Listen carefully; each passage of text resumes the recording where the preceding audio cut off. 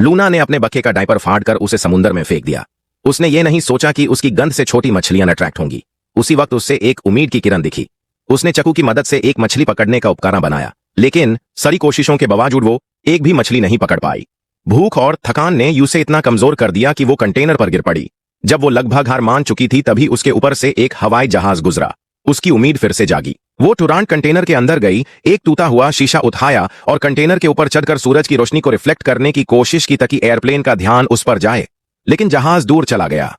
तभी उसकी नजर उलझे हुए ईयरफोन की तारों पर पड़ी और उसके दिमाग में एक आइडिया आया। उसने उन तारों से एक जाल बनाया। अगली सुबह उसने जाल समुद्र में डाला और उसमें डीपर रख दिया। उसकी तेज गंध से मछलियां तुरंत उस तरफ आई। मौका देखकर लूना ने जाल खींच लिया और कई दिनों बाद उसे भरपेट खाना मिला। इससे उसका विश्वास वापस आया और भूख का खतरा कुछ हद तक कम हो गया। अब उसने रोज पानी का लेवल देखना शुरू किया और कंटेनर से पानी बाहर निकालती रही।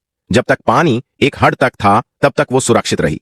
लेकिन जिंदा रहने के साथ साथ अब उसका दूसरा मकसद बचाव पाना था। उसने कागज पर SOS लिखकर प्लास्टिक के डब्बों में बैंड किया और एक एक करके समुद्र में बहा दिया। उसे उम्मीद थी कि कोई ना कोई उस ढूंढ लेगा। धीरे धीरे पानी का लेवल गिरने लगा और हालतों में सुधार आने लगा। लेकिन एक रात एक तेज आवाज से उसकी नींद टूट गई। उसने देखा कि आवाज एक तैरते कंटेनर से आ रही थी। तभी उसका मोबाइल चालू हो गया और उस पर जैक का कॉल आया।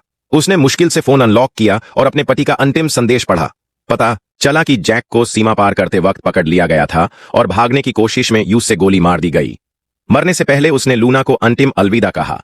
यह खबर सुनकर लूना टूट गई, लेकिन अपने नवजात बच्चे के लिए उसने हिम्मत नहीं हारी। 26वें दिन पानी इतना बढ़ गया कि उनका सोने का जगह डूब गया। अब प्रेशर इतना था कि कंटेनर से पानी निकालना मुमकिन नहीं था। अब उनके पास सिर्फ कंटेनर के ऊपर रहने का ऑप्शन बचा था, लेकिन वो भी कुछ ही दिनों का हाल था, क्योंकि धीरे धीरे पूरा कंटेनर डूबने वाला था।